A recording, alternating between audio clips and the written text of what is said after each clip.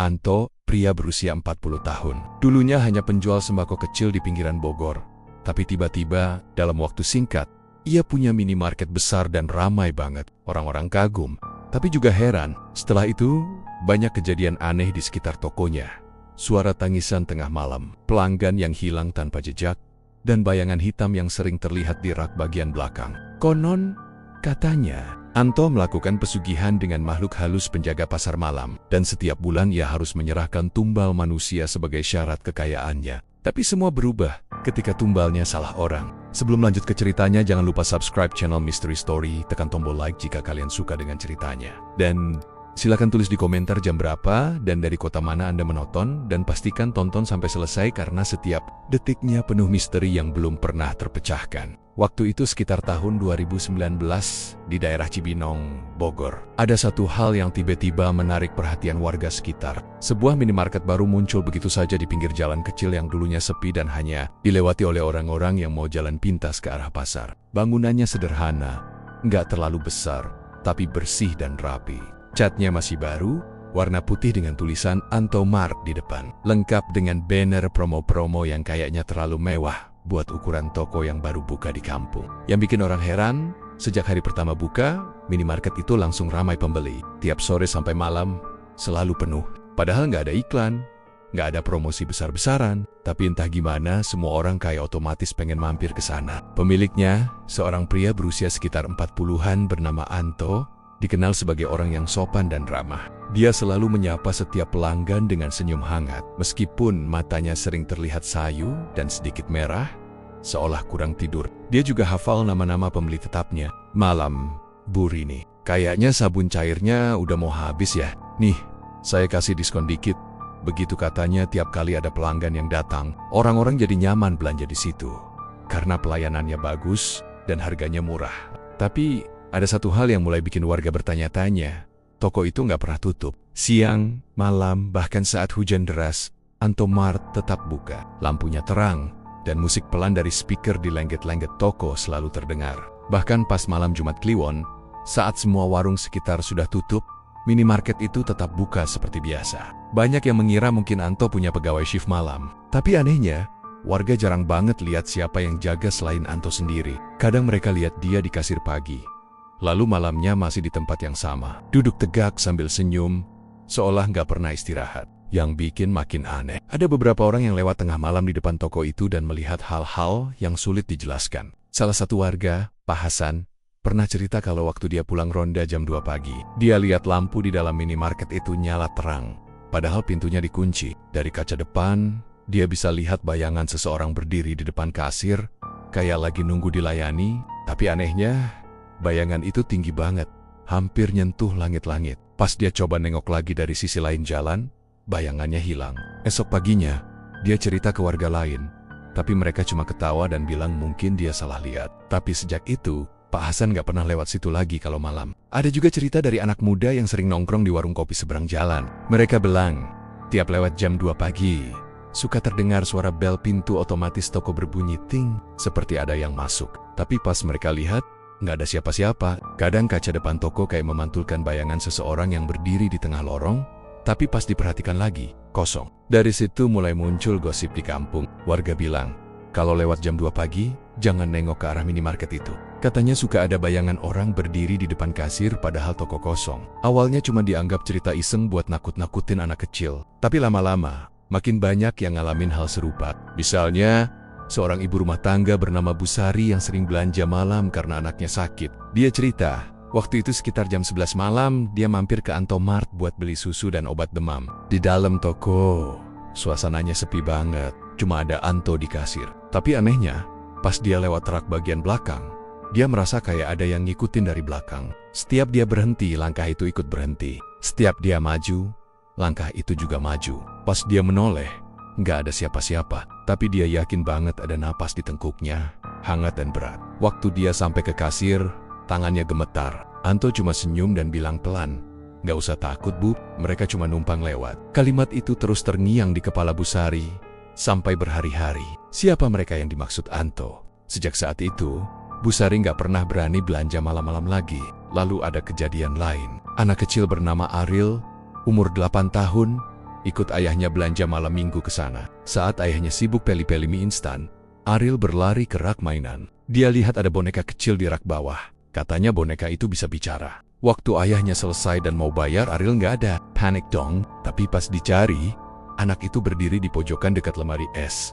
Matanya kosong, bibirnya komat kamit kayak lagi ngobrol sama seseorang. Anto datang dan langsung megang bahu anak itu, lalu bisik sesuatu di telinganya. Seketika Ariel tersadar, tapi nangis histeris dan minta pulang. Sampai di rumah, anak itu demam tinggi 3 hari. Tiap malam ngigau, katanya diajak main di bawah toko sama kakak yang rambutnya panjang. Warga mulai resah, tapi Anto selalu tenang. Kalau ditanya, dia cuma bilang, mungkin anaknya capek. Tapi beberapa orang yang perhatikan dengan teliti, kadang lihat Anto ngomong sendiri di belakang toko. Kadang tengah malam terdengar suara pintu gudang dibuka. Lalu suara orang ketawa kecil, tapi suaranya bukan suara Anto.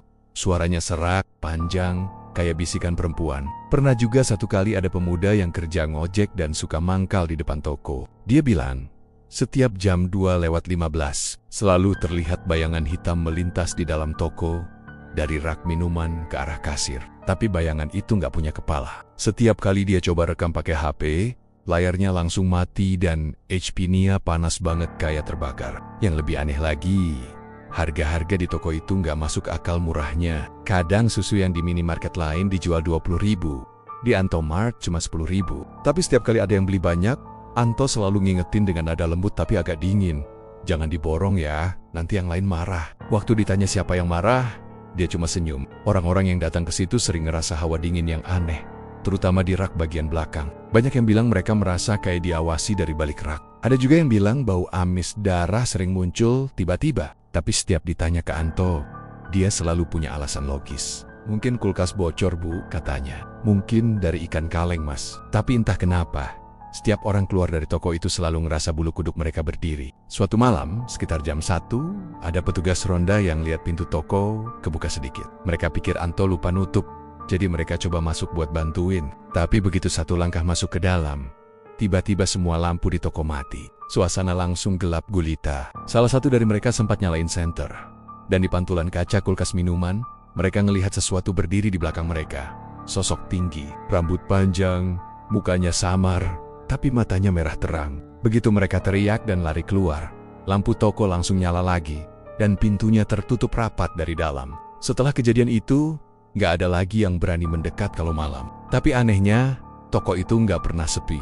Tiap pagi, orang-orang tetap datang, seolah nggak tahu apa yang terjadi semalam. Dan setiap malam, dari rumah warga yang dekat situ, mereka kadang dengar suara kasir berbunyi, ting, berulang-ulang, seperti ada pembeli yang datang, tapi nggak pernah keluar lagi. Dan dari situ, bisik-bisik mulai menyebar. Katanya, minimarket itu bukan cuma tempat jualan, tapi juga tempat memberi makan sesuatu. Tapi waktu itu, nggak ada yang benar-benar tahu apa yang sebenarnya terjadi di dalam Anto Mart. Yang jelas, semua yang pernah masuk ke sana malam hari pasti keluar dengan rasa takut. Atau nggak keluar sama sekali. Sebelum Anto punya minimarket besar yang ramai kayak sekarang, hidupnya sebenarnya susah banget. Dia cuma punya warung kelontong kecil di pinggir jalan Cibinong. Warungnya sempit, cuma cukup buat satu meja kasir dan beberapa rak kayu yang udah mulai lapuk. Barang jualannya seadanya. Sabun, minyak goreng, kopi, gula, sama mie instan. Tapi pembelinya makin lama makin sedikit karena di ujung jalan sudah ada minimarket besar yang lengkap dan dingin ber-AC. Istrinya sering ngeluh.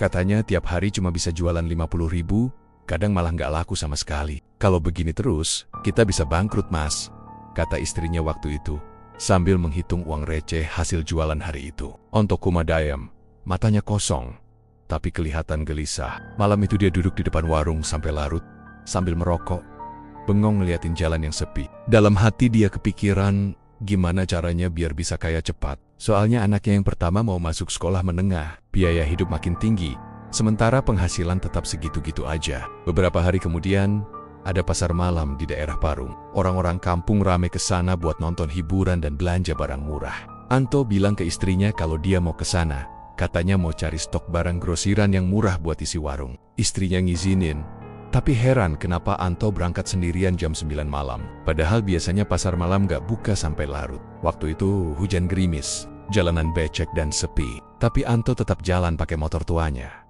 dengan jas hujan yang sudah bolong di bagian punggung. Begitu sampai di pasar malam Parung, Suasananya agak aneh. Lampu-lampunya temaram, beberapa kios sudah tutup, dan hanya tersisa deretan tenda dengan kain merah kusam. Tapi Anto heran, karena dari kejauhan terlihat satu kios yang masih ramai dan terang banget, kayak masih aktif dagang. Dia parkir motornya di dekat situ dan jalan mendekat. Di depan kios itu, ada papan tulisan barang murah langsung dari gudang. Penjualnya seorang pria tua berjubah hitam, rambutnya panjang sampai pundak, matanya tajam banget, tapi anehnya, nggak ada pembeli lain di situ. Hanya Anto seorang. Begitu dia mendekat, si pria tua langsung senyum. Cari barang murah, nak? Suaranya berat, tapi halus. Anto agak ragu, tapi mengangguk. Asia Pack, Buat Wallen. Saya mau beli stok sabun, kopi, sama kebutuhan rumah tangga. Pria itu lalu mengangguk pelan dan menunjuk ke dalam kios. Tapi di dalam, bukannya ada tumpukan barang. Malah cuma ada meja panjang dengan kendi tanah liat di atasnya, berisi air merah pekat. Kalau kamu mau daganganmu laku, mau warungmu besar, saya bisa bantu, kata pria itu dengan nada pelan tapi mantap. Tapi ada syaratnya. Anto spontan mundur satu langkah. Maksudnya, syarat apa, Pak? Tanyanya pelan. Pria tua itu menatapnya lama, lalu tersenyum tipis. Nggak besar, cuma jaga janji. Kamu kasih sedikit darahmu malam ini ke air ini. Dan tiap bulan nanti kamu kasih hadiah kecil untuk penjaga rezekimu. Anto bingung dan takut, tapi di saat yang sama, ada bisikan di kepalanya. Kalau ini berhasil, semua utang lunas, hidupmu berubah. Tanpa sadar, tangannya gemetar tapi dia mengangguk. Pria tua itu mengeluarkan pisau kecil, lalu menggores jari telunjuk Anto. Darahnya menetes ke kendi, dan air di dalam kendi bergejolak sebentar lalu berubah jadi hitam pekat. Pria tua itu menatap matanya dalam-dalam. Mulai besok, warungmu bukan lagi warung. Dia akan jadi tempat rezeki. Tapi ingat, jangan pernah lupa memberi makan penjaga toko. Setelah itu, semuanya terasa buram. Anto pulang dalam keadaan hujan deras. Tanpa tahu bagaimana dia bisa sampai rumah. Wajahnya pucat, bajunya basah kuyup. Tapi entah kenapa dia senyum terus. Istrinya heran waktu lihat Anto tiba-tiba bawa kantong besar penuh uang dan beberapa brosur pembangunan toko. Katanya besok mau renovasi total warungnya. Dalam waktu seminggu, warung reot itu berubah jadi minimarket. Pekerja datang dari entah mana, semua kerja cepat dan rapi. Orang-orang kampung cuma bisa bengong. Loh, Anto dapat uang dari mana? Tanya. Anto cuma senyum. Jawabnya selalu sama. Namanya juga rezeki, Pak. Asal rajin, Tuhan kasih jalan. Tapi yang bikin merinding, beberapa malam warga lihat mobil box datang ke toko itu tengah malam, bawa sesuatu dalam karung besar. Besok paginya, karung itu udah nggak ada. Setelah minimarket itu jadi, semuanya berjalan seperti mimpi. Pembeli datang terus, barang nggak pernah habis, bahkan stok selalu penuh padahal jarang ada truk pengantar barang. Istrinya senang, anak-anaknya mulai hidup enak, tapi Anto sendiri mulai kelihatan aneh. Dia sering melamun di kasir, kadang ketawa sendiri pelan. Matanya sering merah, seolah nggak tidur berhari-hari. Tetangga sebelah tokonya, Bu Ratmi, bilang kalau tiap malam dari dalam toko sering terdengar suara orang ngobrol. Tapi bahasanya aneh, nggak seperti bahasa manusia biasa. Kadang ada suara desis panjang kayak ular. Shi, diikuti suara langkah kaki yang berat. Pernah satu kali, Bu Ratmi coba mengintip lewat jendela toko jam 2 pagi. Dia lihat Anto duduk di lantai belakang toko, dikelilingi lilin kecil, di depannya ada piring berisi darah ayam dan uang receh. Tapi anehnya, di seberang Anto ada sosok lain. Tinggi, rambutnya panjang, matanya merah, lidahnya menjulur panjang sampai ke lantai. Bu Ratmi teriak. Tapi pas dia kedip, sosok itu hilang dan toko jadi gelap. Besok paginya, Anto tetap buka toko seperti biasa. Senyum seperti nggak ada apa-apa. Tapi Bu Ratmi nggak pernah berani lewat depan tokonya lagi. Semakin lama, makin banyak keanehan. Barang-barang di toko itu kayak nggak pernah habis. Setiap kali diambil, besoknya muncul lagi di rak yang sama. Pernah ada pelanggan iseng nanya, "Pak Anto, kok stoknya nggak habis-habis sih? Siapa yang isi tiap malam?" Anto cuma senyum kecil dan bilang pelan, "Yang jaga." Setiap malam Jumat Kliwon, toko itu nggak pernah sepi. Tapi bukan pembeli manusia yang datang. Warga yang rumahnya berdekatan bilang, mereka sering lihat bayangan masuk satu persatu lewat pintu belakang. Bayangan itu bentuknya aneh, jalannya nggak nempel di tanah, dan saat lewat, suhu udara sekitar langsung dingin banget. Kadang terdengar suara bisikan perempuan memanggil nama Anto berulang-ulang dari arah gudang belakang. Anto sendiri kelihatan makin kurus, tapi wajahnya anehnya justru terlihat bahagia. Matanya kadang kosong, tapi kalau ditanya, dia selalu jawab dengan nada datar. "Saya cuma capek, Bu." Padahal malam-malam warga lihat dia tetap duduk di depan toko, ngobrol sama seseorang yang gak kelihatan. Istrinya pun mulai curiga. Dia pernah mencoba masuk ke gudang belakang saat Anto lagi keluar. Tapi begitu membuka pintunya, hawa di dalamnya langsung berubah dingin. Lantai belakang basah seperti habis disiram air, tapi warnanya agak merah tua. Di pojokan, ada toples besar berisi cairan hitam. Di dalamnya seperti ada benda menggeliat pelan, seperti ular kecil. Istrinya ketakutan dan langsung keluar. Tapi malam Nia, Anto marah besar dan bilang dengan nada tinggi, "Jangan pernah masuk ke situ lagi kalau nggak mau ikut kena." Sejak saat itu, istrinya berubah pendiam. Orang-orang lihat dia jarang keluar rumah, dan matanya selalu sembab. Semua orang tahu, setelah malam Anto ke pasar malam itu, hidupnya memang berubah drastis. Tapi nggak ada yang tahu apa yang sebenarnya dia lakukan di sana. Yang jelas, sejak hari itu, minimarketnya nggak pernah sepi. Dan suara desisan itu terus terdengar tiap malam dari dalam toko. Beberapa orang bilang mereka lihat bayangan hitam melintas di antara rak-rak. Dan kadang, kalau diperhatikan dari luar, terlihat dua sosok berdiri di kasir.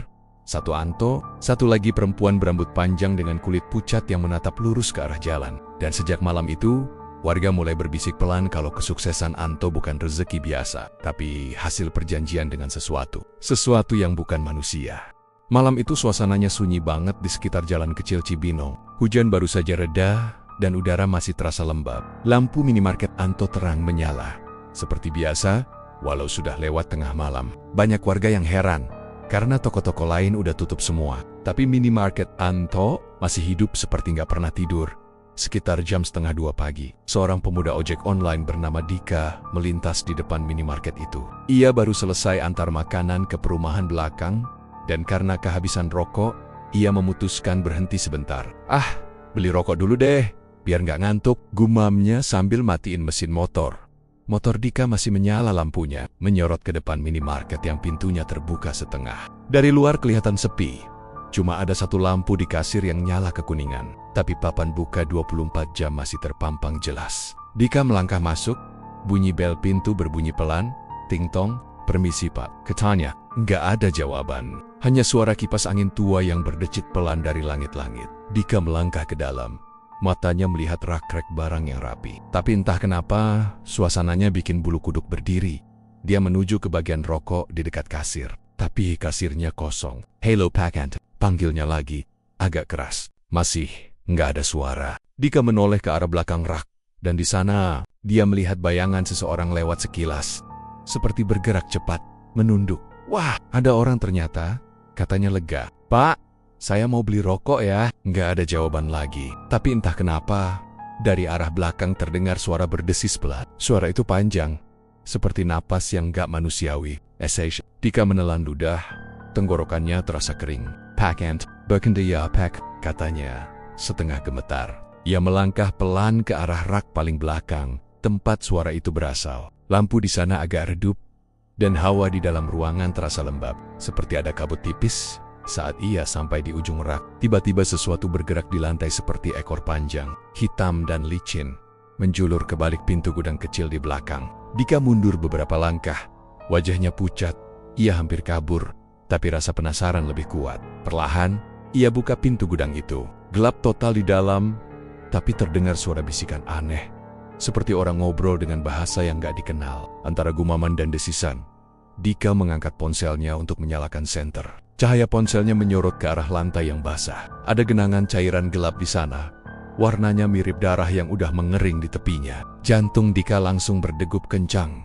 Dan di sudut ruangan, ada sosok bayangan besar yang berdiri. Wajahnya gak jelas, tapi matanya merah menyala. Tubuhnya seperti manusia, tapi bagian bawahnya panjang seperti ular.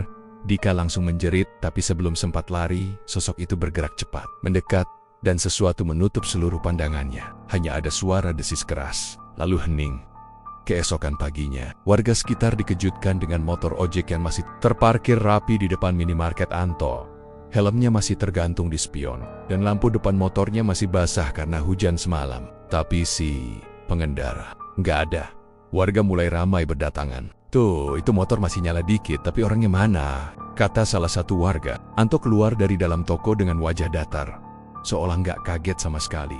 "Oh, iya ya, mungkin dia lupa," katanya santai. tapi matanya nggak pernah bener-bener menatap siapapun. Ia hanya bilang bahwa CCTV toko sedang rusak, kabelnya lagi diganti. Polisi sempat datang sore harinya, tapi nggak menemukan tanda-tanda apapun. Semua terlihat normal. Hanya ada satu hal aneh.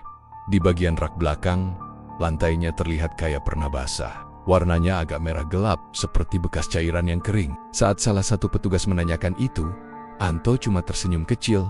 "Itu saus, Pak. Tumpah tadi malam," katanya. Tapi entah kenapa, aroma di ruangan itu nggak seperti saus. Lebih mirip bau anyir yang halus, menusuk hidung. Beberapa warga mulai bergosip. Katanya, malam itu ada yang lihat sosok putih berdiri di depan kasir, diam, tapi kelihatan matanya menyala. Ada juga tukang nasi goreng yang lewat sekitar jam 3 pagi, mengaku mendengar suara seseorang seperti berteriak pelan dari dalam toko, lalu sunyi lagi. "Mungkin itu ojek yang hilang," bisik salah satu warga. Tapi Anto tetap tenang, bahkan sempat membagikan sembako gratis ke warga sekitar seminggu setelah kejadian itu. Orang-orang yang tadinya takut malah mulai luluh. Namun ada satu hal yang bikin merinding. Sejak kejadian itu, pelanggan minimarket justru makin ramai. Seolah-olah kejadian mengerikan itu malah membawa keberuntungan. Barang dagangan Anto selalu laris, bahkan tiap hari stok datang tanpa henti. Mobil box datang hampir tiap malam, menurunkan kardus-kardus besar ke belakang toko.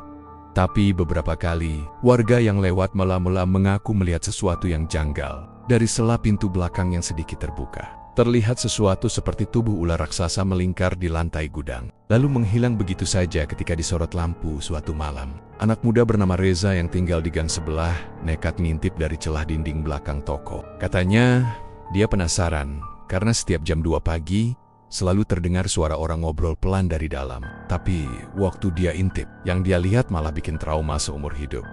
Dia melihat Anto duduk di lantai gudang, dikelilingi banyak lilin kecil. Di depannya, ada mangkuk besar berisi cairan merah. Dari atas lengget-lengget, ada sesuatu yang menjulur mirip ekor atau lidah panjang, berwarna hitam, dan berkilat. Suara desisan terdengar jelas, dan tubuh Anto tampak seperti bergetar. Seolah-olah sedang berbicara dengan sesuatu yang gak kelihatan.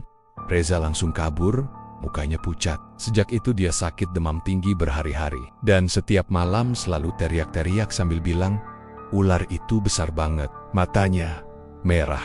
Orang-orang mulai percaya kalau minimarket itu bukan tempat biasa. Tapi anehnya, gak ada yang berani melapor atau menegur Anto. Mereka takut, karena setiap kali ada yang coba bicara jelek tentang Anto, orang itu pasti kena sial.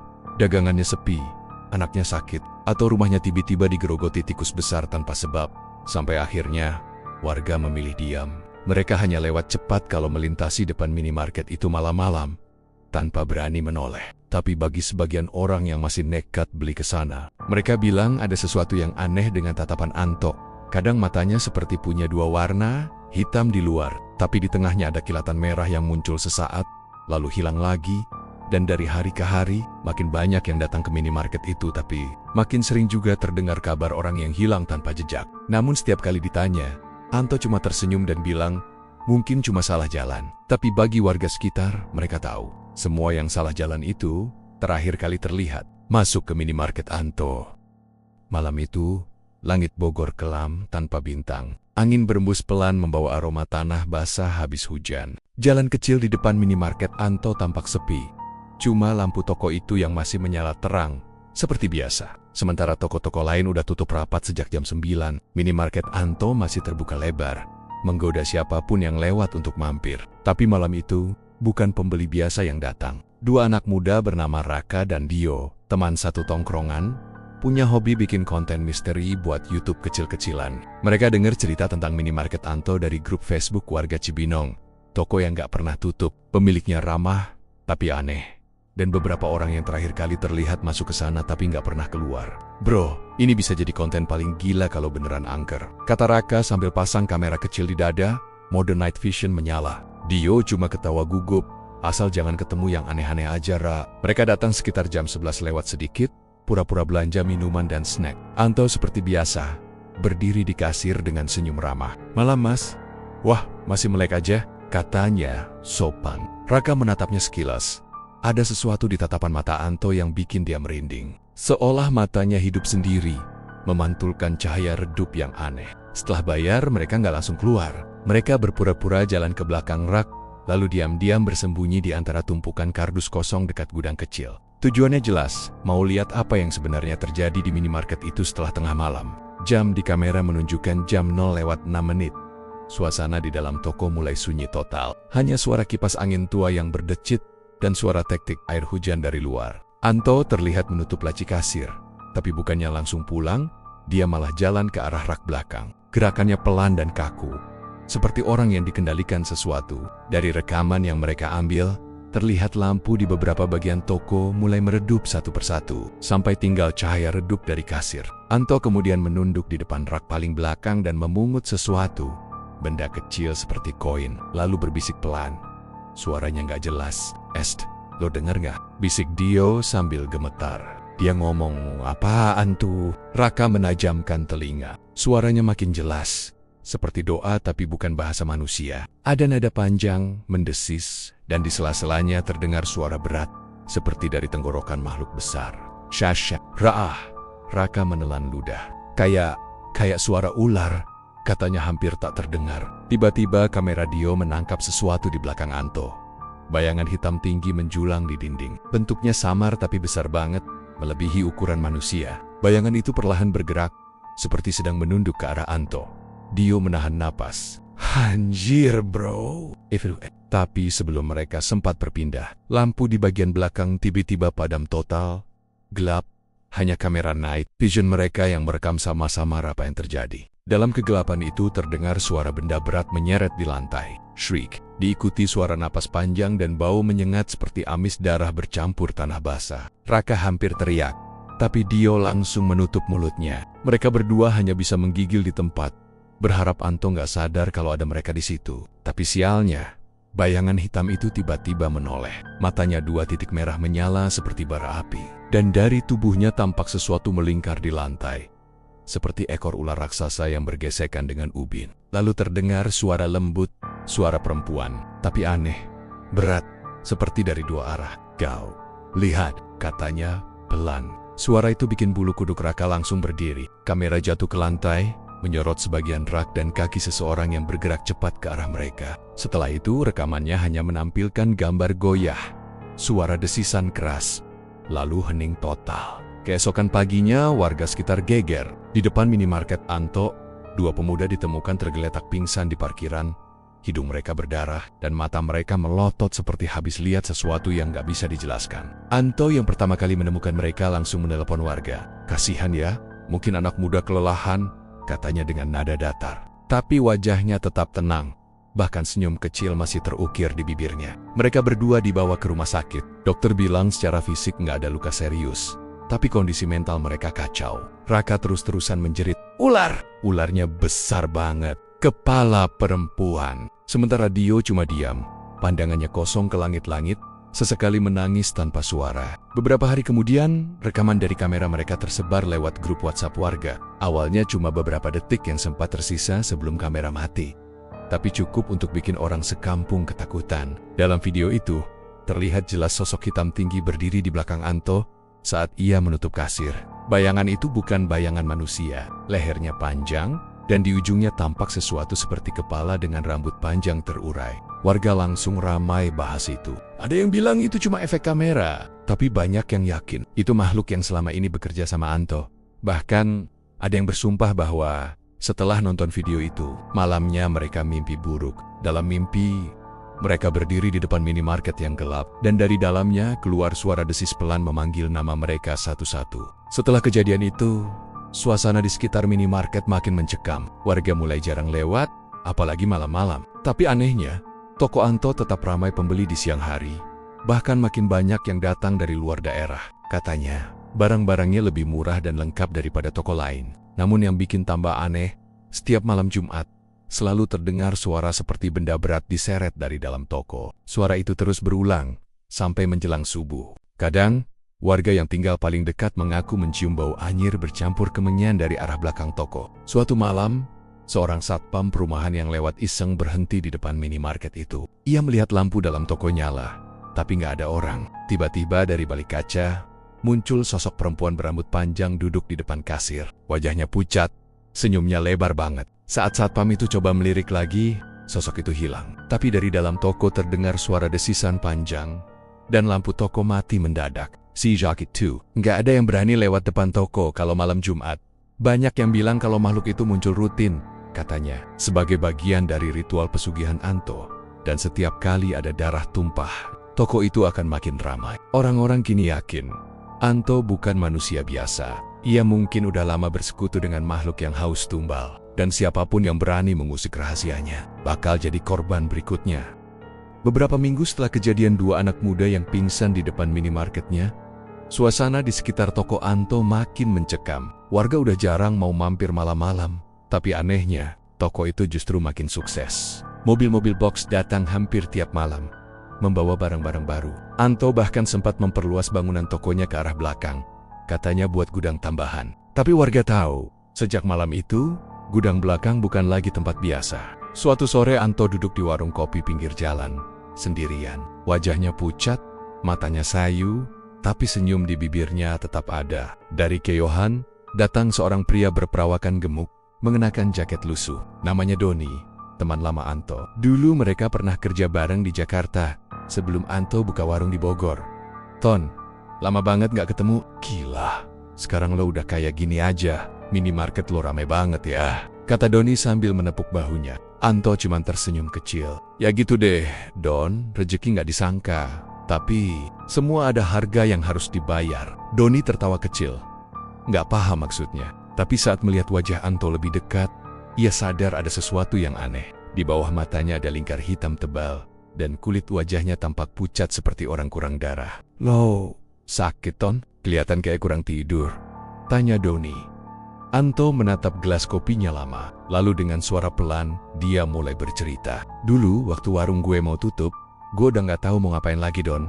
Utang numpuk, istri gue udah pergi, anak gue dibawa mertuaku. Malam itu, gue nekat keluar nyari barang ke pasar malam di Parung. Gue pikir ya, siapa tahu bisa dapat harga grosiran murah. Tapi ternyata yang gue temuin bukan pedagang biasa." Anto menarik napas panjang. Suaranya bergetar sedikit. Di ujung pasar, di antara tenda-tenda kosong, ada satu lapak kecil banget. Di sana ada orang tua, rambutnya putih panjang, matanya kayak nggak punya bola mata, cuma hitam semua. Dia jual aneka jimat dan benda aneh. Gue cuma lewat, tapi dia manggil gue, bilang, "Kamu mau cepet kaya?" Doni mulai terdiam, wajahnya serius. Anto melanjutkan ceritanya pelan-pelan. "Gue pikir cuma bercandaan, tapi orang tua itu ngomong hal-hal yang nggak mungkin dia tahu. Dia bilang, warungmu sepi, utangmu banyak, tapi rezekimu masih bisa dibuka, asal kamu mau sedikit berkorban."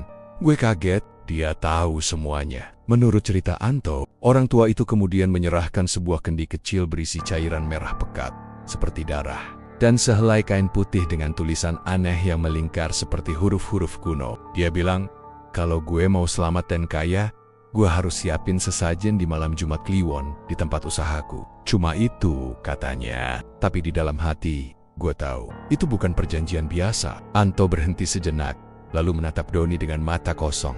Gue nanya ke dia, "Sesajennya apa?" Dia jawab, "Darah manusia." Doni langsung terperanjat. "Lo bercanda, Ton." Anto menggeleng pelan. Awalnya gue juga mikir gitu, tapi waktu itu gue lagi terdesak. Gue pikir, mungkin cuma simbolik aja. Tapi malam pertama gue coba, semua lampu di warung padam sendiri. Dan dari arah rak belakang terdengar suara desisan panjang. Dari dalam kendi itu, muncul asap hitam. Lalu gue lihat sesuatu merayap di lantai, ular besar, tapi kepalanya perempuan. Rambutnya panjang banget, dan matanya merah menyala. Doni membeku, nggak sanggup bicara. Anto melanjutkan, suaranya makin lirih, tapi nadanya seperti orang yang udah pasrah.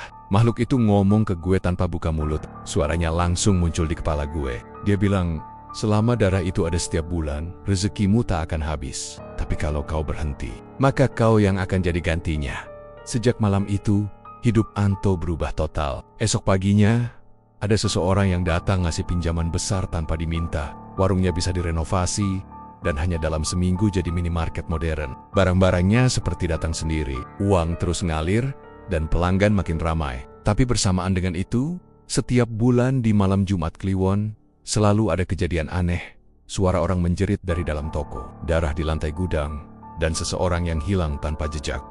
Beberapa minggu setelah kejadian dua anak muda yang pingsan di depan minimarketnya, suasana di sekitar toko Anto makin mencekam. Warga udah jarang mau mampir malam-malam. Tapi anehnya, toko itu justru makin sukses. Mobil-mobil box datang hampir tiap malam, membawa barang-barang baru. Anto bahkan sempat memperluas bangunan tokonya ke arah belakang, katanya buat gudang tambahan. Tapi warga tahu, sejak malam itu, gudang belakang bukan lagi tempat biasa. Suatu sore Anto duduk di warung kopi pinggir jalan, sendirian. Wajahnya pucat, matanya sayu, tapi senyum di bibirnya tetap ada. Dari kejauhan, datang seorang pria berperawakan gemuk, mengenakan jaket lusuh. Namanya Doni, teman lama Anto. Dulu mereka pernah kerja bareng di Jakarta, sebelum Anto buka warung di Bogor. "Ton, lama banget gak ketemu." "Gila, sekarang lo udah kayak gini aja. Minimarket lo rame banget ya," kata Doni sambil menepuk bahunya. Anto cuma tersenyum kecil. "Ya gitu deh, Don, rezeki gak disangka. Tapi, semua ada harga yang harus dibayar." Doni tertawa kecil. Gak paham maksudnya. Tapi saat melihat wajah Anto lebih dekat, ia sadar ada sesuatu yang aneh. Di bawah matanya ada lingkar hitam tebal, dan kulit wajahnya tampak pucat seperti orang kurang darah. "Lo, sakit, Ton? Kelihatan kayak kurang tidur," tanya Doni. Anto menatap gelas kopinya lama, lalu dengan suara pelan, dia mulai bercerita. "Dulu, waktu warung gue mau tutup, gue udah gak tahu mau ngapain lagi, Don. Utang numpuk, istri gue udah pergi, anak gue dibawa mertuaku. Malam itu, gue nekat keluar nyari barang ke pasar malam di Parung. Gue pikir ya siapa tahu bisa dapat harga grosiran murah. Tapi ternyata yang gue temuin bukan pedagang biasa." Anto menarik napas panjang. Suaranya bergetar sedikit. Di ujung pasar, di antara tenda-tenda kosong, ada satu lapak kecil banget. Di sana ada orang tua, rambutnya putih panjang, matanya kayak gak punya bola mata, cuma hitam semua. Dia jual aneka jimat dan benda aneh. Gue cuma lewat, tapi dia manggil gue, bilang, "Kamu mau cepet kaya?" Doni mulai terdiam, wajahnya serius. Anto melanjutkan ceritanya pelan-pelan. "Gue pikir cuma bercandaan, tapi orang tua itu ngomong hal-hal yang gak mungkin dia tahu. Dia bilang, warungmu sepi, utangmu banyak, tapi rezekimu masih bisa dibuka, asal kamu mau sedikit berkorban." Gue kaget, dia tahu semuanya. Menurut cerita Anto, orang tua itu kemudian menyerahkan sebuah kendi kecil berisi cairan merah pekat, seperti darah, dan sehelai kain putih dengan tulisan aneh yang melingkar seperti huruf-huruf kuno. Dia bilang, "Kalau gue mau selamat dan kaya, gue harus siapin sesajen di malam Jumat Kliwon di tempat usahaku." Cuma itu, katanya. Tapi di dalam hati, gue tahu, itu bukan perjanjian biasa. Anto berhenti sejenak, lalu menatap Doni dengan mata kosong. Gue nanya ke dia, "Sesajennya apa?" Dia jawab, "Darah manusia." Doni langsung terperanjat. "Lo bercanda, Ton." Anto menggeleng pelan. "Awalnya gue juga mikir gitu, tapi waktu itu gue lagi terdesak. Gue pikir mungkin cuma simbolik aja. Tapi malam pertama gue coba, semua lampu di warung padam sendiri. Dan dari arah rak belakang terdengar suara desisan panjang. Dari dalam kendi itu muncul asap hitam. Lalu gue lihat sesuatu merayap di lantai, ular besar, tapi kepalanya perempuan. Rambutnya panjang banget dan matanya merah menyala." Doni membeku, nggak sanggup bicara. Anto melanjutkan, suaranya makin lirih, tapi nadanya seperti orang yang udah pasrah. Makhluk itu ngomong ke gue tanpa buka mulut. Suaranya langsung muncul di kepala gue. Dia bilang, "Selama darah itu ada setiap bulan, rezekimu tak akan habis. Tapi kalau kau berhenti, maka kau yang akan jadi gantinya." Sejak malam itu, hidup Anto berubah total. Esok paginya, ada seseorang yang datang ngasih pinjaman besar tanpa diminta. Warungnya bisa direnovasi, dan hanya dalam seminggu jadi minimarket modern. Barang-barangnya seperti datang sendiri. Uang terus ngalir, dan pelanggan makin ramai. Tapi bersamaan dengan itu, setiap bulan di malam Jumat Kliwon, selalu ada kejadian aneh. Suara orang menjerit dari dalam toko, darah di lantai gudang, dan seseorang yang hilang tanpa jejak. Malam itu, udara di sekitar minimarket Anto terasa lebih dingin dari biasanya. Angin malam bertiup pelan, membuat spanduk bertuliskan buka 24 jam bergoyang pelan di depan toko. Jam menunjukkan pukul 11:45 malam. Anto duduk di belakang meja kasir, wajahnya gelisah. Keringat menetes dari pelipis meski udara begitu dingin. Ia terus melirik jam di dinding hampir tengah malam, malam Jumat Kliwon. Biasanya, pada jam segitu, dia sudah punya calon tumbal untuk ritualnya. Tapi kali ini, entah kenapa, tak ada satupun yang datang. Padahal biasanya, ada saja pelanggan nyasar yang mampir tengah malam, ojek online, pengantar paket, atau anak muda yang beli kopi kaleng. Tapi malam itu, kosong. Toko sepi, cuma terdengar suara kulkas minuman berdengung pelan, dan jam dinding berdetak pelan. Anto menggigit bibirnya. Kalau ritual gagal, siluman itu bisa marah. Dulu pernah sekali dia terlambat menyiapkan tumbal, dan akibatnya 1 bulan penuh toko sepi, uangnya ludes, bahkan istrinya jatuh sakit mendadak dan meninggal tanpa sebab. Sejak itu, Anto tak pernah berani telat lagi. Tapi malam ini, semua terasa kacau. Ia berjalan mondar-mondir di dalam toko, menatap keluar jendela yang gelap. Tak ada siapapun lewat. Jalanan sepi total, hanya sesekali terdengar suara anjing menggonggong di kejauhan. Di kepalanya, suara bisikan mulai terdengar, suara halus tapi menusuk telinga. Anto, waktumu hampir habis. Suara itu seperti berasal dari arah rak belakang, tempat ia biasa melakukan ritual. Tubuhnya gemetar. Ia tahu siapa pemilik suara itu. Sosok wanita berambut panjang yang setiap bulan datang menagih darah manusia. Ular siluman yang dulu menolongnya dari kebangkrutan, tapi kini menjeratnya dengan perjanjian terkutuk. Dengan langkah gemetar, Anto menatap jam lagi. 5 menit menuju tengah malam. Panik mulai menguasai pikirannya. Kalau dia gagal malam ini, mungkin nyawanya yang akan jadi gantinya. Ia menelan ludah, berpikir cepat. Dan di saat itulah matanya menatap satu arah ke ruang kecil di belakang tempat pegawainya. Lita sedang beres-beres stok barang. Lita baru 2 minggu kerja di minimarket itu. Gadis sederhana, berusia sekitar 20 tahun. Wajahnya manis tapi polos. Ia selalu rajin, sopan, dan sering bantu Anto tanpa disuruh. "Pak, saya rapihin rak belakang dulu ya," katanya tadi sebelum jam 11. Suaranya lembut, sama sekali tak tahu kalau malam itu dia sedang jadi incaran maut. Anto menatapnya dari jauh. Matanya kosong tapi gelap. Di dalam hati, ia berperang dengan nuraninya sendiri. Jan. Dia anak baik, bisik hati kecilnya. Tapi bisikan lain, lebih kuat dan lebih kelam, berbisik lebih keras. Kalau bukan dia, kamu yang mati. Waktu terus berjalan. Jam menunjukkan pukul 12:03. Anto menarik napas panjang. Ia membuka laci meja kasir, mengambil pisau cutter besar yang biasa dipakai untuk memotong kardus. Tangannya gemetar hebat. Lita masih jongkok di antara rak, sibuk menyusun dus. "Pak Anto, ini dusnya disimpan di mana ya?" tanyanya sambil menoleh. Anto mendekat pelan, tersenyum kaku. "Sini aja, biar saya bantu," katanya. Saat Lita berbalik, Anto menatapnya lama. "Maaf Lit, aku nggak punya pilihan," ucapnya pelan. Sebelum Lita sempat bereaksi, Anto mendorongnya ke lantai dan menutup mulutnya. Pisau cutter itu bergerak cepat, tapi tangannya gemetar hebat. Lita berentok. Matanya melebar ketakutan, mencoba menjerit tapi suaranya tertahan. Darah mulai mengalir dari lehernya, menetes ke lantai dingin toko itu. Anto terengah-engah, menatap tubuh Lita yang perlahan melemas. Suara napas terakhirnya terdengar samar, lalu hening. Toko kembali sepi, tapi hawa di dalamnya berubah drastis dingin, berat, dan beraroma besi. Darah yang menetes ke lantai membentuk genangan merah tua. Dan saat itu juga, lampu toko tiba-tiba berkedip beberapa kali lalu padam total. Gelap. Anto terpaku di tempat. Matanya tak bisa melihat apa-apa. Tapi telinganya menangkap suara yang pelan, seperti tawa perempuan serak, menggema dari arah rak belakang. Akhirnya kau berani lagi Anto." Suaranya mengerikan, seperti datang dari perut bumi. Anto tersentak, menatap ke arah suara itu. Meski tak terlihat apa-apa, tiba-tiba dari lantai tempat darah Lita menetes, muncul jelembang-jelembang kecil, seperti tanah berlendir yang mendidih. Bau amis makin pekat, lantai toko bergetar, rak-rak mulai bergoyang, dan udara seperti disedot entah kemana. Dari tengah lantai, perlahan muncul sesuatu kepala perempuan, dengan rambut panjang terurai basah oleh darah, lalu diikuti tubuhnya yang bukan tubuh manusia, melainkan tubuh ular besar, hitam berkilat, dengan sisik sebesar piring kecil dan mata merah menyala. Anto menjerit ketakutan, jatuh tersungkur sambil mundur ke belakang. Siluman itu melingkarkan tubuhnya, memenuhi hampir seluruh ruangan toko. Nafasnya seperti desisan ular bercampur suara perempuan yang berbisik. "Kau pikir aku tidak tahu siapa yang kau korbankan malam ini?" Anto gemetar hebat. Apa maksudmu? Dia manusia juga kan? Aku sudah menepati janji." Siluman itu tertawa keras. Suaranya menggema di seluruh ruangan. "Kau menipu kami, Anto. Gadis itu bukan manusia biasa. Deronia Susi, darah anak seorang ustadz. Kau telah mencemarkan perjanjian."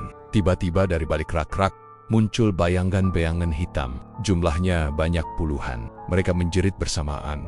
Wajahnya samar, seolah makhluk-makhluk yang dulu jadi korban tumbal Anto Kau telah menipu kami, Anto. Suara mereka menggema keras, membuat kaca etalase pecah satu persatu. Anto berusaha lari, tapi lantai toko berubah licin. Ia terjatuh, tangannya berlumuran darah. Dari bawah lantai muncul darah segar yang mengalir seperti sungai kecil, membuatnya semakin sulit berdiri. Ia merangkak ke arah pintu depan, mencoba membuka kunci, tapi gagangnya panas seperti terbakar. Siluman ular itu melilit tubuhnya dari belakang, dingin dan licin, tapi kuat seperti baja. Anto menjerit keras, tapi tubuhnya terangkat ke udara. Mata siluman itu menatapnya tajam. Kau berjanji darah manusia, bukan darah suci, maka darahmu sendiri yang akan jadi gantinya. Anto menjerit, tapi tak ada suara keluar. Tubuhnya diremas, tulangnya patah satu persatu. Siluman itu membuka mulutnya lebar, menelan tubuh Anto dari kaki hingga kepala. Dalam hitungan detik, tak ada yang tersisa. Hanya lantai toko yang kini penuh darah dan aroma busuk menyengat.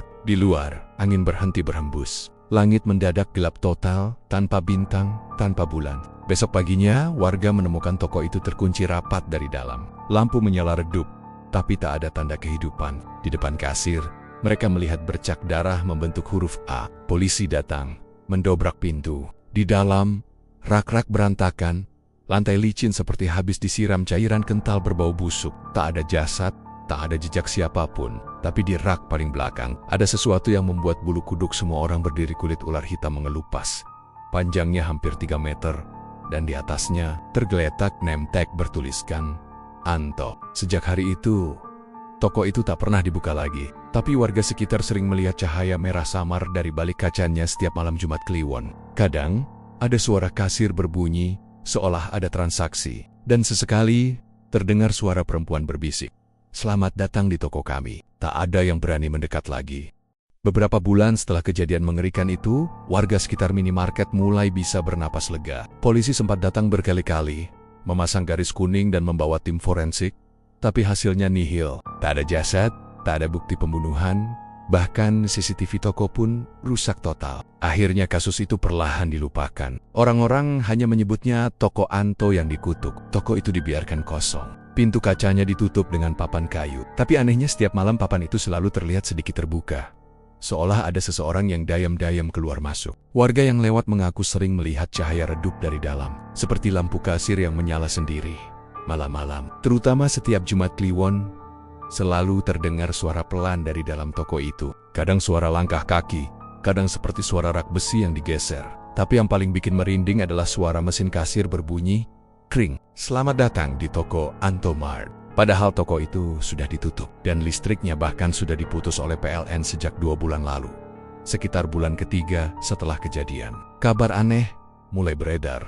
Katanya, minimarket itu dibuka lagi. Warga yang melintas pagi-pagi melihat pintunya terbuka, lampunya menyala terang, dan di depan kasir duduk seorang perempuan muda cantik, berambut panjang, mengenakan seragam merah dengan name tag bertuliskan Rani. Orang-orang awalnya mengira mungkin ada pemilik baru, tapi tidak ada pengumuman, tidak ada mobil masuk membawa barang. Dan anehnya, semua isi toko masih sama seperti dulu. Rak-rak yang dulu berantakan kini tersusun rapi kembali. Bahkan makanan dan minuman yang semestinya kedaluarsa kini tampak baru lagi malam itu. Beberapa warga yang penasaran mencoba mampir, salah satunya Pak Darto, tukang ojek yang biasa mangkal di depan komplek. Ia masuk sekitar jam 8 malam, beli rokok dan air mineral. Saat di kasir, perempuan cantik itu menyapanya dengan senyum lebar. "Selamat datang di toko Anto Mart," katanya. Suaranya lembut tapi anehnya datar. Tanpa ekspresi, Pak Darto sempat kikuk, tapi tetap membayar. Saat uangnya diserahkan, jari perempuan itu terasa dingin, seperti es batu. Ia buru-buru keluar. Begitu sampai di luar, entah kenapa tubuhnya lemas, dan malam itu ia jatuh sakit tanpa sebab. Wajahnya pucat, matanya kosong, dan ia cuma sempat berkata lirih ke istrinya, matanya merah, sebelum pingsan. Setelah kejadian itu, warga makin yakin toko itu memang berhantu. Tapi anehnya, banyak juga yang masih datang, bukan karena penasaran, tapi karena tergiur kabar bahwa setiap orang yang pernah beli di sana, dagangannya selalu lari setelahnya. Ada yang jual gorengan, jual pulsa, sampai jualan online. Semuanya tiba-tiba ramai pembeli. Sejak kabar itu menyebar, makin banyak orang yang datang diam-diam malam hari. Biasanya sekitar jam 12 malam, toko tetap buka, lampunya terang, dan perempuan cantik itu selalu duduk di depan kasir sambil tersenyum. Tapi yang bikin bulu kuduk berdiri Tak ada satupun yang pernah melihat dia datang atau pulang.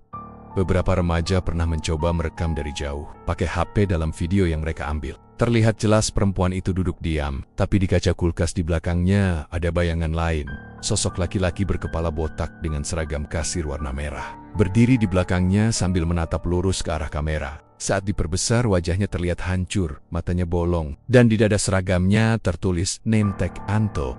Video itu viral di grup warga. Tapi tak lama kemudian, akun yang mengunggah video itu tiba-tiba hilang. HP-nya ditemukan rusak, baterainya meleleh, dan pemiliknya seorang pemuda bernama Randy hilang tanpa jejak sejak malam itu. Warga makin takut. Tapi anehnya, toko itu tetap ramai. Setiap malam selalu ada orang datang. Dan anehnya, mereka yang masuk tidak semuanya keluar. Kadang motor mereka masih terparkir di depan, tapi tak ada orangnya. Polisi dipanggil lagi. Tapi saat mereka datang, toko itu selalu dalam keadaan kosong dan gelap total. Sampai suatu malam, seorang petugas keamanan komplek nekat memeriksa sendiri. Namanya Pak Haris, sudah 30 tahun kerja jaga malam dan dikenal berani. Ia bawa senter dan pentungan kayu. Niatnya cuma memastikan toko itu beneran kosong. Ia masuk. Pintunya terbuka dengan sendirinya. Udara di dalam terasa lembab dan berbau amis. Lampu-lampu menyala redup rak-rak penuh barang. Dan suara pendingin ruangan berdengung pelan. Tapi yang bikin Pak Haris berhenti langkah adalah suara perempuan dari arah kasir. "Selamat datang di toko Anto Mart." Pak Haris menyorot senter ke arah kasir. Dan di sana terlihat perempuan cantik itu duduk dengan senyum lebar. Rambutnya panjang terurai sampai menutupi dada, matanya besar dan hitam. Tapi saat senter diarahkan ke wajahnya, pupil matanya berubah merah menyala. Senyumnya melebar, sangat lebar hingga pipinya robek sampai ke telinga. Pak Haris mundur perlahan.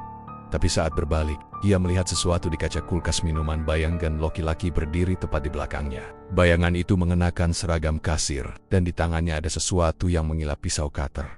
Ia menjerit, tapi tiba-tiba semua lampu padam. Dalam gelap, terdengar suara kasir berbunyi sendiri kering. "Selamat datang di toko Anto Mart." Diikuti suara perempuan tertawa pelan. Setelah itu, toko kembali hening. Pagi harinya, warga menemukan senter Pak Haris tergeletak di depan pintu toko. Tapi orangnya tak pernah muncul lagi. Hanya ada bercak darah di lantai, membentuk garis memanjang seperti bekas seretan. Beberapa minggu kemudian, papan nama toko diganti. Kini tertulis Rani Mart. Tapi warga tahu, tak ada orang bernama Rani yang pernah tinggal di sana. Orang-orang yang masih berani lewat depan toko saat malam bilang, kadang perempuan itu masih duduk di kursinya. Kadang dia tersenyum, kadang menunduk. Tapi kalau diperhatikan baik-baik, rambut panjangnya itu ternyata bukan rambut manusia biasa. Ujungnya bersisik, seperti kulit ular. Dan kalau kamu cukup lama menatap matanya di kaca etalase, kamu bisa lihat lidah bercabang menjulur perlahan dari bibirnya. Ada juga yang bilang, kadang di dalam toko itu terlihat dua bayangan perempuan duduk di kasir, dan laki-laki berdiri di belakangnya. Mereka seperti pasangan yang terjebak selamanya dalam kutukan. Dan anehnya, suara mesin kasir masih terus terdengar setiap jam 2 pagi. Dengan kalimat yang sama, "Selamat datang di toko Anto Mart." Padahal, toko itu sudah lama ditutup. Tak ada listrik, tak ada pegawai, tak ada pelanggan. Tapi jika kamu nekat datang ke sana malam-malam, kamu mungkin akan lihat sesuatu di kaca kulkas minuman pantulan wajah lain di belakangmu. Tersenyum tanpa suara, menatapmu dari balik bayangan. Beberapa orang bilang, toko itu masih menyimpan perjanjian lama. Siapapun yang berani membuka kembali toko itu, konon akan diberi kekayaan luar biasa. Uang yang datang tanpa henti, pelanggan yang selalu ramai, dan rezeki yang tak pernah putus. Tapi semua itu datang dengan harga yang sama seperti yang Anto pernah bayar dulu. 1 jiwa manusia setiap bulan. Dan hingga kini, kalau kamu melintas di jalan kecil itu tengah malam, kamu mungkin masih bisa lihat papan kecil berdebu di depan toko dengan tulisan samar, "Buka 24 jam." Jika kamu mendengar suara kasir berbunyi dari dalam, jangan menoleh. Jangan mencoba melihat siapa yang duduk di kursi depan. Karena kalau kamu sempat bertatapan dengan perempuan berambut panjang itu, kamu tak akan pernah keluar lagi dari toko itu. Terima kasih sudah menonton channel Mystery Story. Terus dukung channel ini dengan cara komen, like, share, dan subscribe. Mohon maaf jika ada kesamaan nama tokoh, tempat kejadian ataupun cerita, itu adalah kebetulan semata.